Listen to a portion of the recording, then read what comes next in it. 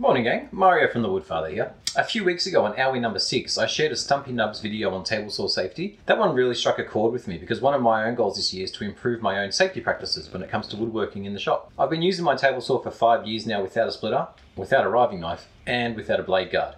And while to be honest I've never had any close calls, I really don't want to have any close calls. So I'm going to do what I can to make things a little bit safer around here.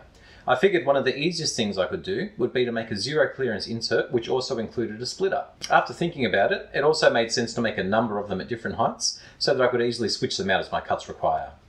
I made the first one a few weeks back, and while it turned out okay, I wasn't really happy with the method I used, so I decided to come up with a different build process. This is the result. Enjoy!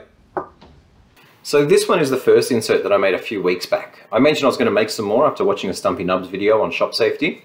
I wasn't super thrilled with the method I used, to be honest, when I made that first one. It actually seemed a little dangerous how I cut it, which is kind of ironic for a safety device. So I decided to make a few more, but via a hopefully easier and safer method. For my inserts here, I'm using 3/4 inch ply, which I actually got from the scrap pile by attacking my old hacky tapering jig. There was enough ply here for me to make 4 inserts, so I ended up making 4 splitters, each of them at different heights. That way it doesn't really matter what height I'm cutting at, because I'm always going to have an appropriately sized splitter that I'll just be able to pick up and drop in. The only issue I had with this plywood was that it was a couple of mil too thick for the opening in my saw. On the first insert I made, I actually drilled out with a Forstner bit at the 4 points where the insert makes contact with the table saw, and then I installed some small screws so I could screw them in and out to dial in the exact perfect fit. On these ones though, I decided just to run them through the thicknesser. The insert I'm copying off here, I actually made this one about 4 or 5 years ago. I've had it in my table saw ever since. It has an absolute perfect fit, so I decided to copy the layout lines from that. If I didn't have this one, I could have just used one of the original ones that came with the saw to copy from.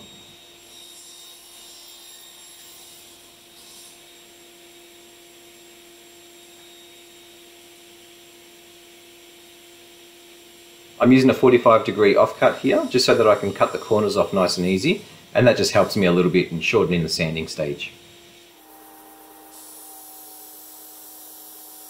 Now it was time to cut the kerf. So all you have to do is make sure that your fence is right on the edge of the insert opening.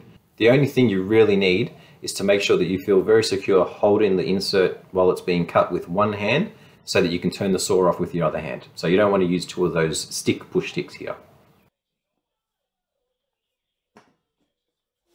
If you can't tell, essentially all I'm doing is pushing each insert forward until the new insert is completely covering the insert which is actually in use on the table saw.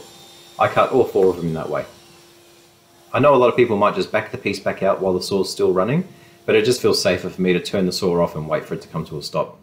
The next thing I do is flip the insert upside down, and I move the fence over so that the blade is going to widen that kerf by another 1 or 2 millimeters. When using a zero clearance insert, I find that the teeth of the blade just kiss the sides of the insert as they spin around. So you've got 70 or 80 teeth spinning around at stupid RPM, scraping on wood. I find that noise really annoying, so adding this little 1 or 2 mil gap extra reduces noise dramatically when you're using the insert like this.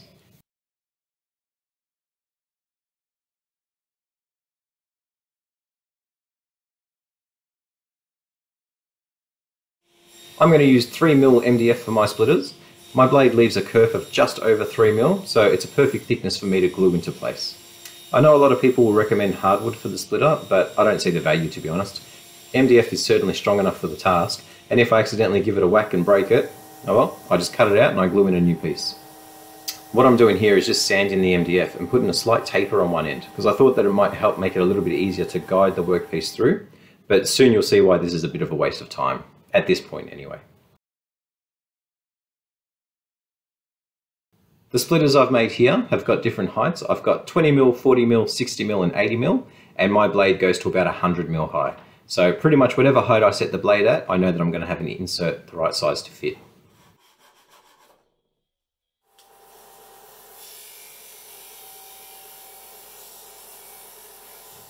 Now that the splitter's glued into the inserts, I've basically filled in the kerf that I just made. I need to fix that. So what I do here is I drop the blade down to its lowest height, and that lets me put the insert into the table saw and it'll fit in properly.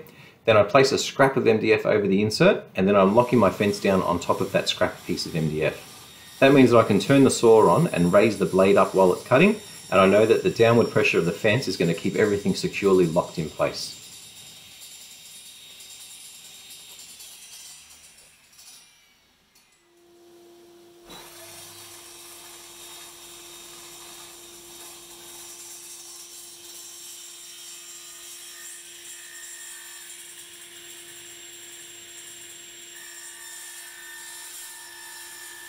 and that's why tapering the MDF was pointless in the end.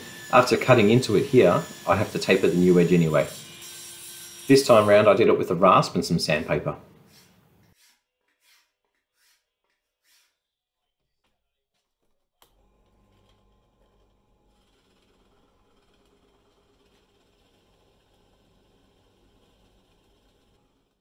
We're almost done, but there's one more safety feature that I need to include, and that's a way of making sure that the insert can never be caught on the back of the blade when it's riding up, and then have the insert thrown out towards me. To sort that little problem, I pre-drill a hole and then I drive a screw into the backs of all of the inserts, and as you can see, it locks them down nicely.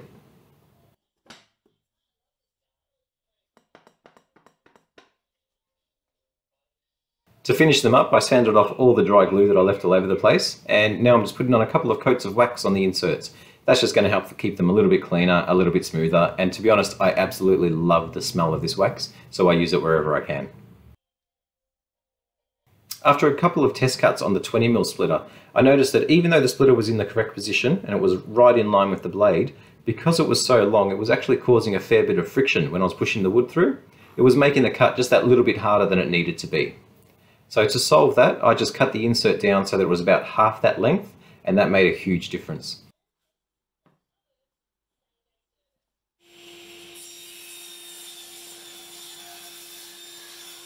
To make sure that I actually use these inserts, I've made an easy hanging stand for them. It means that each insert is always within arm's length when I'm at the table saw. I can see it, I know I'm supposed to use it, I've got absolutely zero excuses. If I'm cutting something at a certain height, I know that I've got the right insert to do it.